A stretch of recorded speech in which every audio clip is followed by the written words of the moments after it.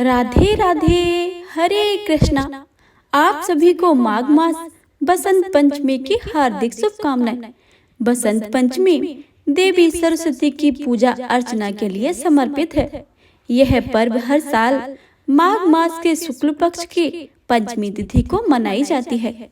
मान्यता है कि इस दिन देवी सरस्वती का विधि विधान से पूजा करने से बुद्धि ज्ञान के साथ ही सौभाग्य, तरक्की व धन की प्राप्ति होती है। लेकिन इस साल सरस्वती पूजा यानी बसंत पंचमी कब है और किस दिन है, शुभ मुहूर्त क्या है और पूजा विधि क्या है, आज की इस वीडियो में हम आपको सब यही बताएंगे और साथ ही सुनाएंगे बसंत पंचमी की 2 पौराणिक कथाएं। तो आप सभी से अनुरोध है कि यह कथाएं पूरे भक्ति भाव और प्रसन्न मनचित से पूरा अवश्य सुने और कमेंट बॉक्स में माता सरस्वती की जय लिखना बिल्कुल भी मत भूलिएगा। प्रिय भक्तों, आप सभी पर माता रानी का आशीर्वाद ऐसे ही सदा सर्वदा ही बना रहे। हिंदू पंचांग के अनुसार इस साल माघ माह के शुक्ल पक्ष की पंचमी तिथि की शुरुआत 2 फरवरी को सुबह 9:14 पर होगी। वहीं इसका समापन 3 फरवरी को सुबह 6:52 पर होगी। उदया तिथि के पड़ने के अनुसार बसंत पंचमी 2 फरवरी को मनाई जाएगी। बसंत पंचमी पर मां सरस्वती के पूजा का शुभ मुहूर्त 2 फरवरी की सुबह 7:09 से लेकर दोपहर 12:35 तक रहेगा। इस दिन पूजा के लिए सिर्फ आपको 5 घंटे 26 मिनट का समय लगेगा।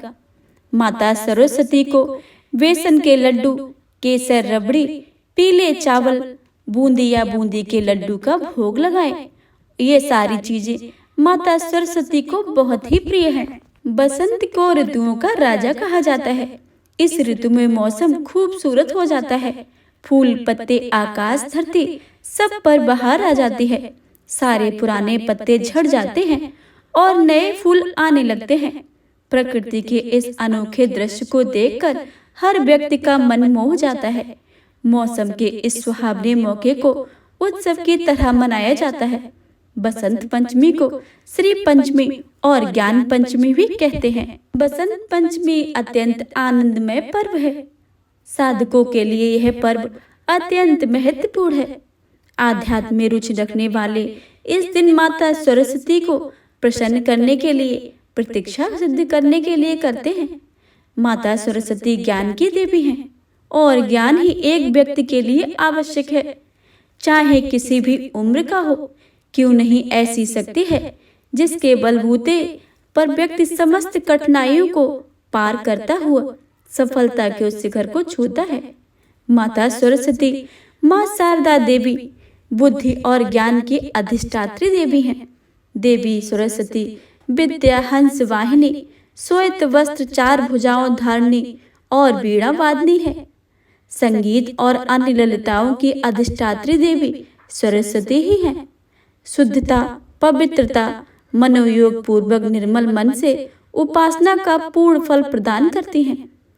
विद्या, बुद्धि और नाना प्रकार के कलाओं में सफल हैं तथा मनुष्यों की सभी अभिलाषाएं पूर्ण करती हैं।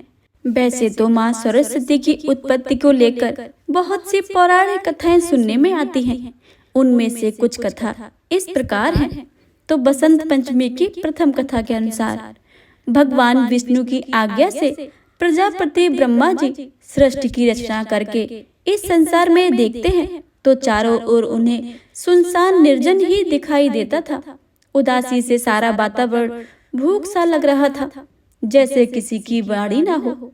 यह देखकर ब्रह्मा जी ने उदासी और मलिनता को दूर करने के लिए अपने कमंडल से जल छिड़का।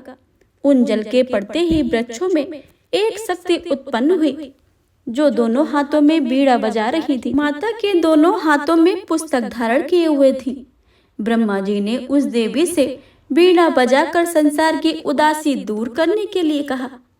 तब उस देवी ने बीड़ा के मधुर नाद से सभी प्राणियों को वाणी प्रदान की, इसलिए उस देवी के प्रतीक कहा गया है।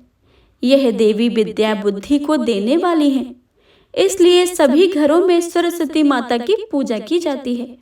प्रेम से बोलिए सरस्वती माता की जय। बसंत पंचमी की अगली कथा के अनुसार सृष्टि काल में ईश्वर की इच्छा से आदि शक्ति ने अपने को 5 भागों में विभक्त कर लिया था। वे राधा, पद्मा, सावित्री, दुर्गा और सरस्वती के रूप में भगवान कृष्ण के विचित्र अंगों से प्रकट हुई थी। उस समय श्री कृष्ण के कंठ से उत्पन्न होने वाली देवी का नाम सरस्वती हुआ। श्रीमद् देवी भागवत और श्री दुर्गा सप्तशती में भी आदि शक्ति अपने आप को तीनों भागों में विभक्त करने की एक कथा प्राप्त होती है। आदि शक्ति के यह तीनों रूप महाकाली, महालक्ष्मी और महासरस्वती के नाम से जगत में विख्यात है। भगवती सरस्वती सत्य गुण संपन्न है। इनके अनेक नाम हैं, जिनमें से शारदा, बागेश्वरी, ब्राह्मी, सोमलता, वाग्देवी आदि अधिक प्रसिद्ध है। माता सरस्वती की व्रत कथा। एक बार कृतयुग के दौरान सुकेत नाम का एक राजा रहता था। वह धर्मात्मा, धर्म का अनुयायी था और धर्म के नियमों के अनुसार राज्य चलाता था। वह अपने राज्य के नागरिकों का बहुत अच्छे से ख्याल रखता था। उनकी सुवेदी नाम की एक अत्यंत सुंदर पत्नी थी। एक बार सुकेता राज्य पर हमला हुआ और सुकेता को अपने दुश्मनों से युद्ध करने के लिए मजबूर होना पड़ा। शत्रु शक्तिशाली थे और सुकेता अपनी रक्षा करने में सक्षम नहीं थे और अपने जीवन की रक्षा के लिए युद्ध क्षेत्र से भाग गया। उसकी पत्नी यह जानकर कि उसका पति युद्ध का मैदान छोड़कर भाग रहा है, उसके पीछे चल पड़ी।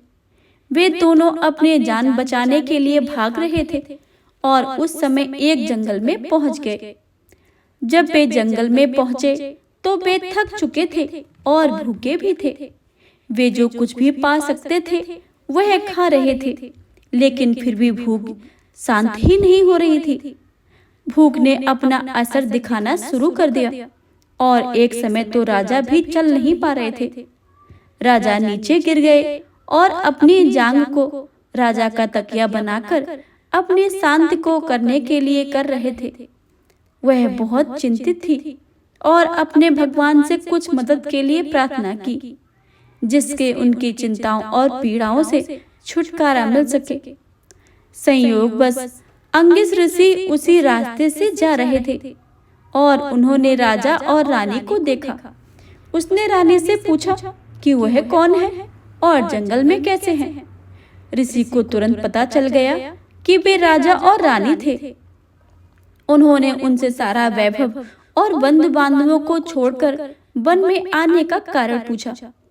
रानी उत्तर देने में समक्ष नहीं थी और केवल एक चीज को ही कह पा रही थी।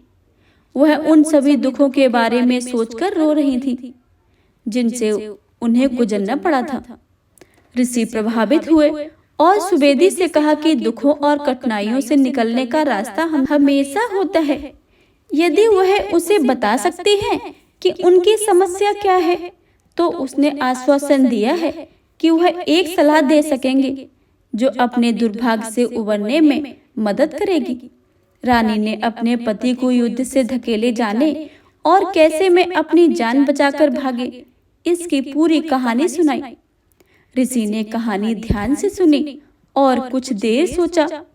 तब उन्होंने रानी को बताया कि पंचवटी तालाब के पास दुर्गा क्षेत्र नाम एक स्थान है।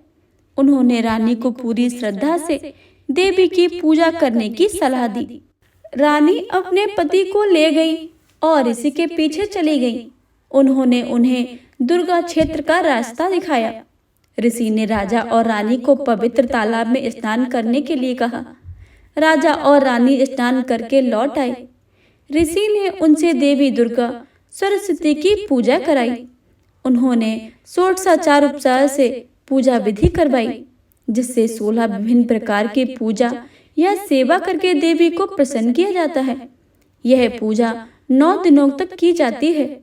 10वें दिन एक बलिदान या होम किया गया और ऋषि अंगिरसा के निर्देशानुसार राजा और रानी द्वारा 10 प्रकार के दान किए गए। इस प्रकार पूरा व्रत हुआ। दंपति कुछ समय तक ऋषि अंगिरस के आश्रम में ही खुशी पूर्वक रहे। देवी की आशीर्वाद से उन्हें पुत्र रत्न की प्राप्ति हुई। बेटे का नाम उन्होंने सूर्य प्रताप रखा। बेटा आश्रम में बड़ा हुआ और युद्ध कौशल सहित सभी प्रकार की शिक्षाएं सीखी। वह बड़ा होकर एक महान तलवारबाज बना। उसे कोई डर नहीं था। लड़का एक युवा योद्धा बन गया और अंगिरसा ऋषि के आशीर्वाद से उन दुश्मनों पर हमला कर दिया जो अब उनके पिता के राज पर शासन कर रहे थे। उसने युद्ध में सभी शत्रुओं को परास्त कर दिया और अपने पिता के राज पर कब्जा कर लिया।